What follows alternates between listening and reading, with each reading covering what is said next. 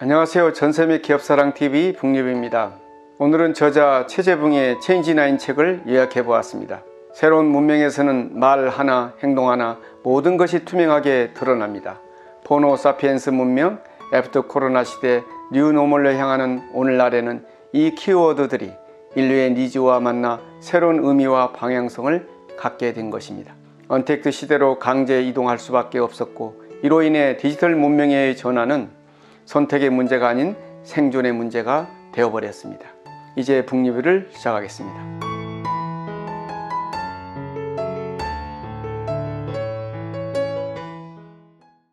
아홉 가지 호모 사피엔스의 코드는 첫 번째, 메타인지입니다. 아는 것과 모르는 것을 알면 한계가 사라집니다. 나를 정의하고 있는 기준, 내가 알고 있는 것에 대한 정의로부터 호모 사피엔스는 달라집니다. 검색하면 모든 것을 알 수 있다는 생각은 나를 다른 존재로 정의하게 합니다. 스스로 찾아 학습하기, 검색해서 알아내기라는 새로운 영역의 학습 방식이 등장한 것입니다. 새로운 표준이 등장한 세계를 인정하고 문명을 바라보는 시각을 바꿔야 합니다. 그래야 새로운 시대를 살아갈 수 있습니다. 두 번째 코드는 이미지네이션입니다. 생각의 크기가 현실의 크기를 만듭니다.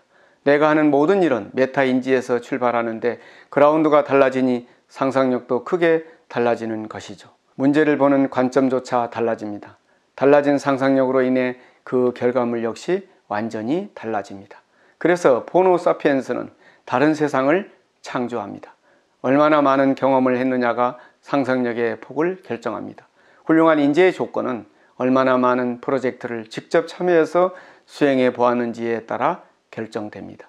세 번째 코드는 휴머니티입니다. 자기 존중감은 모두 사람의 권리입니다. 호모 사피엔스는 지적 능력과 함께 대인관계망도 크게 바뀌었습니다. SNS란 새로운 네트워킹의 세계가 열린 것입니다. 그런데 지금은 오프라인의 세상보다 훨씬 더 감성에 대한 배려가 중시되는 공간입니다. 휴머니티가 과거 어느 때보다도 중요한 덕목이 되었다는 메시지입니다. 내가 가진 포용의 크기가 곧 내가 만들 수 있는 팬덤의 크기가 됩니다. 소비자가 권력인 시대가 되었고, 그래서 인간의 보편적 도덕성을 인지하고 거기에 맞추어 행동하는 것이 무엇보다 중요해졌습니다. 네 번째 코드는 다양성에 관한 이야기입니다. 다른 것이 가장 보편적입니다. 대중매체의 영향으로부터 벗어나 매일매일 자신이 선택한 플랫폼에 모여 함께 공유하며 생각을 나누는 인류는 자연스럽게 다양한 생각을 갖게 되었습니다. 그리고 그것이 새로운 표준 문명으로 자리 잡았습니다. 나와 다르다는 것은 화낼 일이 아니라 생각해 보아야 할 일이 된 것입니다. 누군가를 비난하기보다 새로운 것을 배워야 할 때입니다. 모든 현상은 데이터가 입증하고 있습니다. 하나의 플랫폼이 모든 것을 다 통합하고 지배하는 듯 보이기도 하지만 자세히 보면 세분화된 시장으로 더욱 다양화되고 있는 것이 분명합니다. 다섯 번째 코드는 디지털 트랜스포메이션입니다. 모든 부는 디지털 공간으로 모입니다. 인류의 기본 생활 공간이 디지털 플랫폼으로 옮겨가면서 표준 생활이 바뀐 것이 디지털 트랜스포메이션의 본질입니다. 생각의 기준 역시 디지털 플랫폼으로 옮겨와야 합니다. 행동도 생각도 다 그렇게 변해야 합니다. 디지털 트랜스포메이션은 기술의 관점이 아닌 인류 문명의 변화에 맞추어 바라보아야 합니다. 5G 세상의 화두는 다시 회복입니다. 디지털 문명에 기반한 업무 수행 능력은 나의 일자리를 지켜주는 가장 중요한 능력이 될 것이 분명합니다.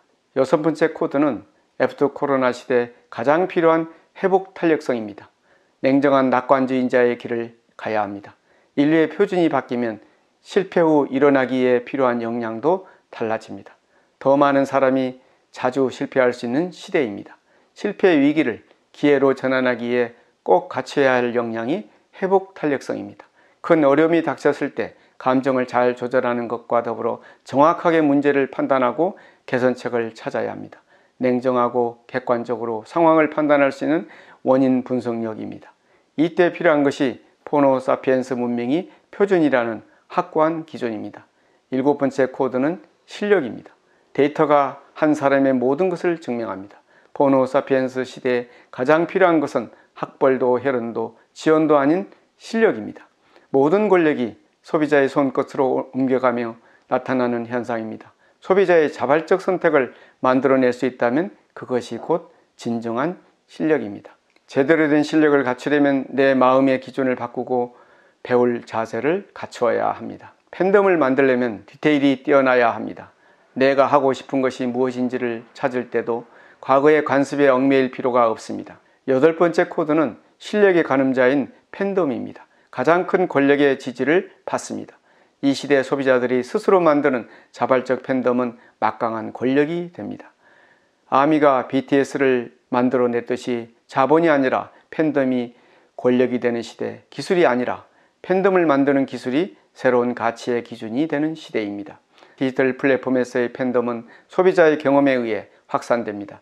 자기가 사용해본 경험을 리뷰로 올리던 방식에서 한 걸음 더 나아가 적극적으로 추천하고 링크를 친구에게 전달해 소개하는 행동까지 하게 됩니다. 우리가 바라보아야 할 것은 디지털 기술이 아닙니다. 디지털 플랫폼이라는 거대한 판 위에서 움직이는 소비 행동의 변화와 새로운 질서입니다.